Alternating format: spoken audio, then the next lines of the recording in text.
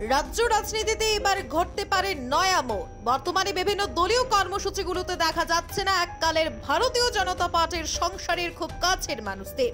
উল্লেখ্য, বর্তমানে শাসক দলের বিভিন্ন কর্মসূচিতে দেখা মিলছে না এককালের হেভিওয়েট বিজেপি নেতৃত্বদের।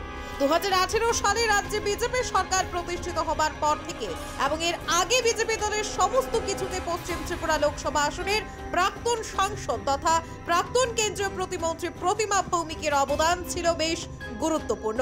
দীর্ঘ বাম সরকারের আমল থেকেই দলের সংগঠনের হয়ে কাজ করে যাচ্ছে প্রতিমা দেবী, যা বর্তমানে বিজেপি দলের উচ্চপদস্থ নেতা কর্মীরা এবং নবদায়িত্বপ্রাপ্ত নেতারা কেউই অস্বীকার করতে পারবে না। কিন্তু বর্তমানে প্রতিমা ভৌমিকের মতো একজন শক্তিশালী মহিলা নেতৃত্বকে দেখা যাচ্ছে না বিজেপি দলের কোনো কর্মসূচিতেই।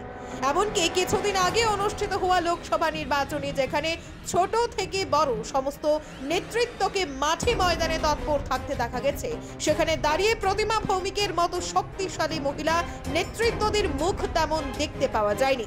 এমনকি গত কিছুদিন আগে সাতরামনগর বিধানসভা কেন্দ্রের উপনির্বাচনে বিজয়ী প্রার্থী দীপক মজুমদারের শপথ গ্রহণ অনুষ্ঠানে যেখানে বিজেপি দলের সমস্ত বড় মাপের নেতৃত্বরা উপস্থিত ছিলেন, সেখানেও কিন্তু দেখা মেলেনি প্রতিমা ভৌমিকের, জানিয়ে বিভিন্ন মহল সূত্রে গুঞ্জন শোনা যাচ্ছে।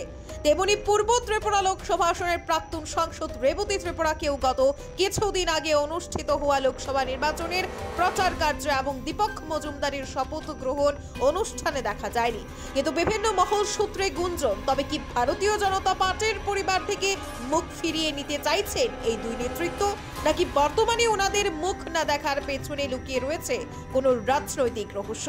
অন্যদিকে এটাও প্রশ্ন, বর্তমানে প্রতিমা ভৌমিক এবং রেবতী ত্রিপুরার ভাগ্যে কি আশা করছে নতুন বিশেষ কোনো উপহার? ওনারা পেতে পারেন কি উচ্চ কোনো দায়িত্ব? তবে এইসব প্রশ্নের উত্তরে স্পষ্টীকরণ কোনোভাবেই বর্তমানে দেওয়া সম্ভব নয়, সবটাই সময় সাপেক্ষ। ব্যুরো রিপোর্ট, প্রথম ত্রিপুরা.com।